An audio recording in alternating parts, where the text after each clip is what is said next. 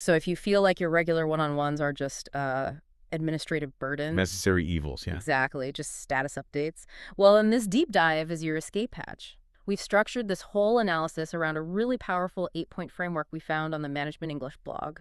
And it's all about transforming that weekly check-in from, a reactive meeting into a real strategic coaching session. That's the key, isn't it? The structure. So many managers know one-on-ones are important, but without a map, they default to logistics. Our mission today is simple.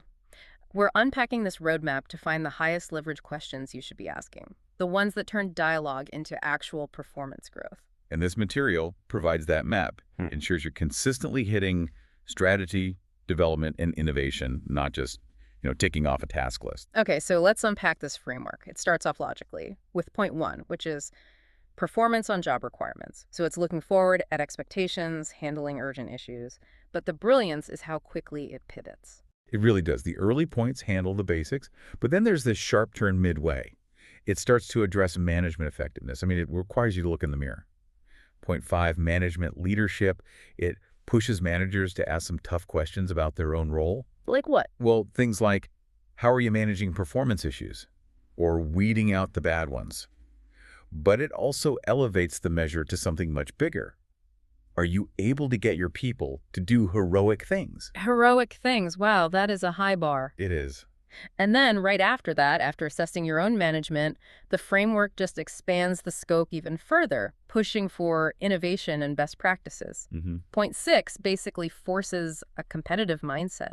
It makes you ask your staff, how do you measure yourself against the best in the industry or even the world? And are you constantly evaluating new ways of doing things, new processes, new tech? Right. That structure just ensures you're hitting strategic contribution, not just, following a process. And this brings us to how you make this actionable. Because a framework is great, but it all comes down to the questions you ask. Exactly. When you're trying to assess job satisfaction, for example, we often ask these really soft questions. Right. Are you happy here? Yeah, which doesn't get you much. But the high-impact approach here is to ask about friction. The source suggests this question: what is holding you back from performing at your best? I love that. It's a powerful diagnostic tool. It is. It completely flips the script. It forces the employee to identify systemic friction, not just vent about personal complaints. Now, when it comes to coaching on an issue, the source suggests questions that really drive accountability. Things like, what haven't you tried yet? Oh, that's a good one. And what ideas can you bring in from past successes? It makes them use their own capabilities first. My only thought is, a manager has to be truly ready to listen and guide after asking that. It can't just be a dismissal. That's a great distinction. It has to be genuine. And speaking of guidance, I think my favorite part is the approach to fixing the one-on-one itself, the meta feedback. Oh yeah, turning the lens on the meeting. Right. If you feel your meetings are stale, the fix is to ask, our recent meetings have lacked energy. What could we be doing differently or better? That shows vulnerability and partnership. I like that. And finally, there's this brief, but I think really vital point on personal connection. Just checking in on the human behind the title. Exactly. And it suggests a simple query.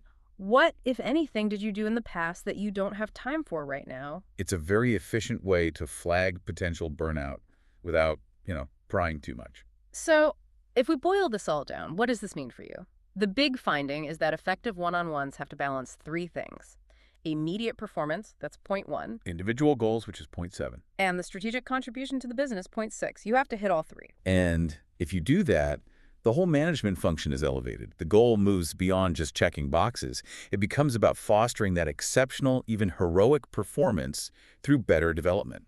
And here is a final provocative thought for you to consider on your next check-in. The source mentions managers should be asking how staff are progressing on personal goals alongside company and work goals. Oh, that's a tricky one. It is. So what is the appropriate balance for supporting that personal ambition while still maintaining a relentless focus on business priorities? That's something for you to consider. That's it for this deep dive.